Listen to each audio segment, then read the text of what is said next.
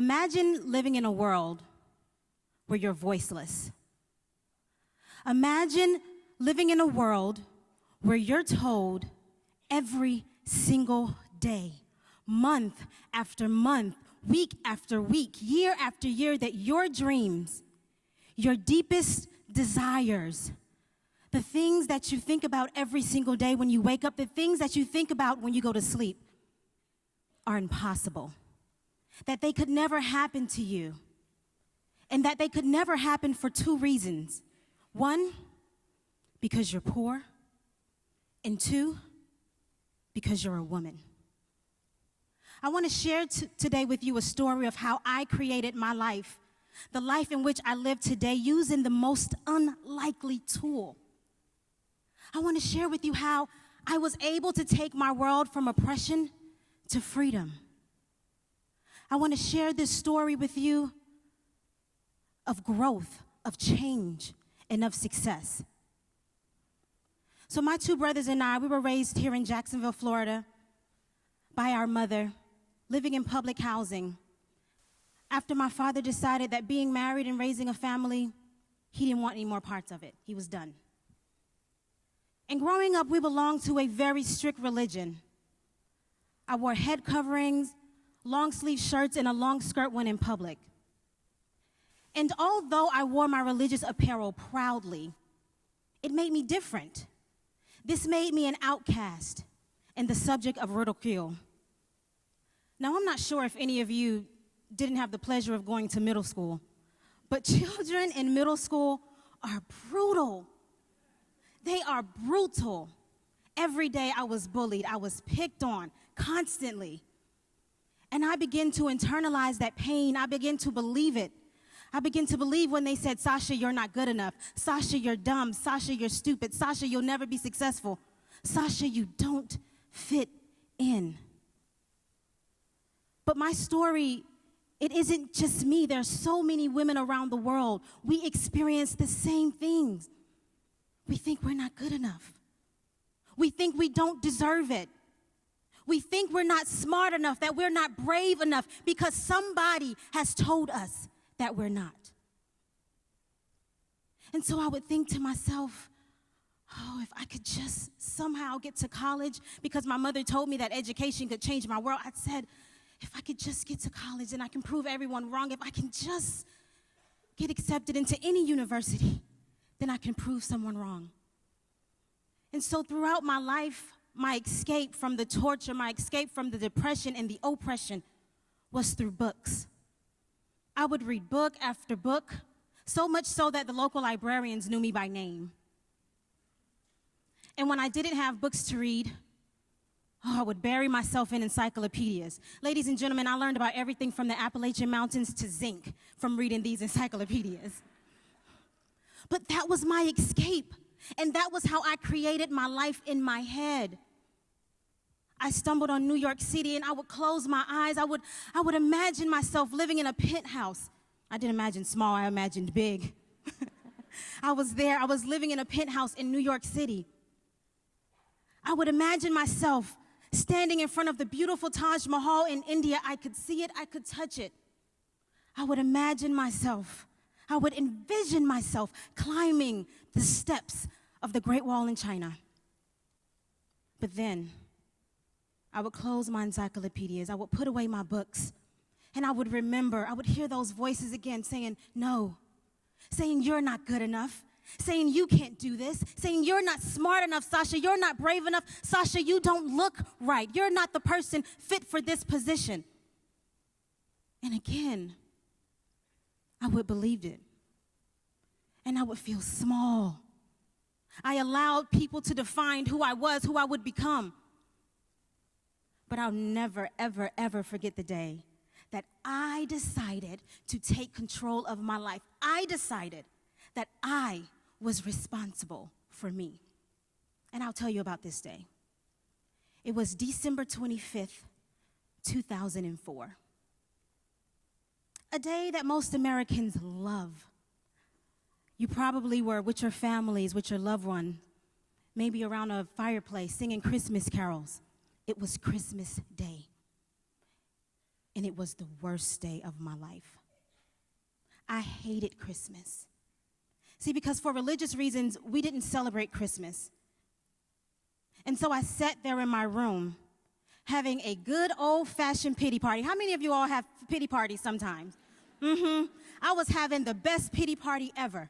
Crying on my bed, looking out the window at my friends, playing with their toys, showing off their new clothes. And I was wallowing in my misery. And then I realized that life does not reward you based on the best pity party that you can throw for yourself. I realized that I had to take action in that moment. So what was I going to do? So I got up out of the bed and I wiped my eyes and I said one word. I said no. And that was it. I said no. But when I said no, I said it with conviction. I was ready to do whatever I needed to do to find out how to take myself to the next level. And so I went downstairs and got on the computer. And this was way back in the day of dial-up. And so I sat there and boom, boom, boom, boom, boom, boom, boom, boom. And I typed into Yahoo, because it wasn't Google back then, it was Yahoo, how to go to college. And I researched, and I researched, and I researched, and I looked up scholarship after scholarship after scholarship.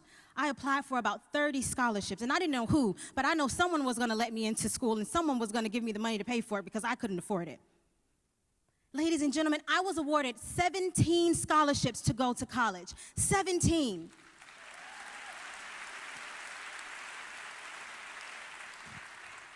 And understand when I tell you this, I'm not saying this to brag. I'm not saying this for a pat on my back. I'm saying this because this is the power of focus, of passion, of determination. When you want something and you decide that this is really what you want, then you'll focus on that goal and nothing will distract you from it and you'll come out victorious. So I did. I came to the illustrious University of North Florida. And in college, college. It was fun.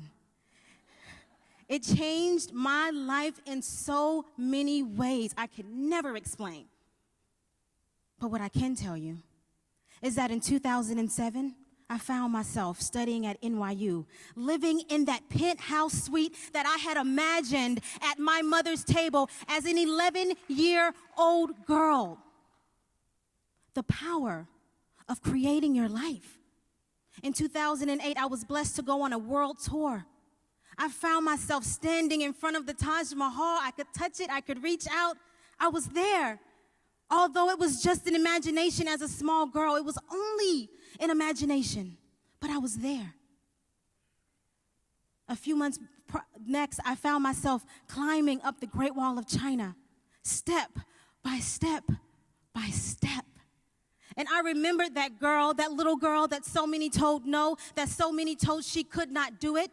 I remembered that girl, and I was not her anymore. I was a piece of her, but now I was bold. I was vocal. I was determined. I was ready, and I was hungry. And so I made it happen. Ladies and gentlemen, it is up to each one of us to decide what we want our lives to be. It is up to each one of us to create our lives. No one is responsible for your life but you.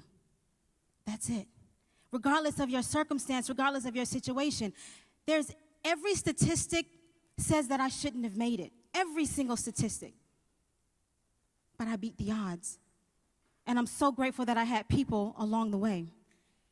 So today, I live in Phoenix. I just graduated from graduate school in August from the University of North Florida. Thank you.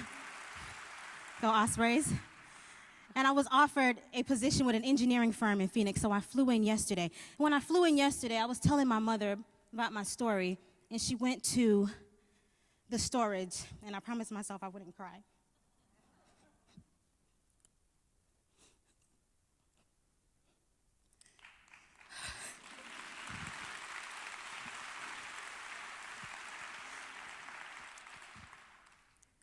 This is an encyclopedia. It's a little torn, it's old. We don't use these anymore. But this is the tool that I used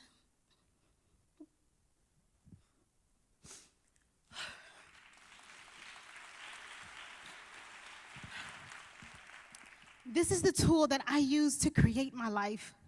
This is all I had.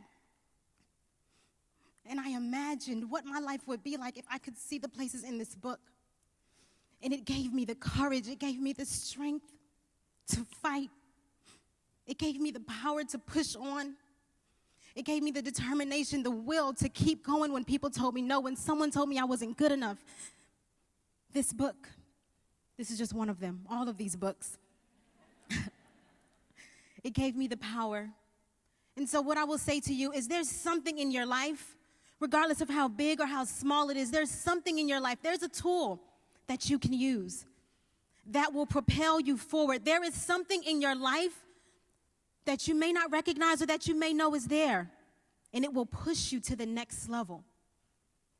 So before I get off the stage, I want to say to you all a very powerful quote that I absolutely love, and I want you to listen carefully. So everybody lean in, lean in, lean in. This quote is by a guy named James Allen, and it's amazing. He says, "You will become as great as your dominant aspirations or as small as your controlling desires." And that's it. You will become as great as your dominant aspiration or as small as your controlling desires. Ladies and gentlemen, thank you.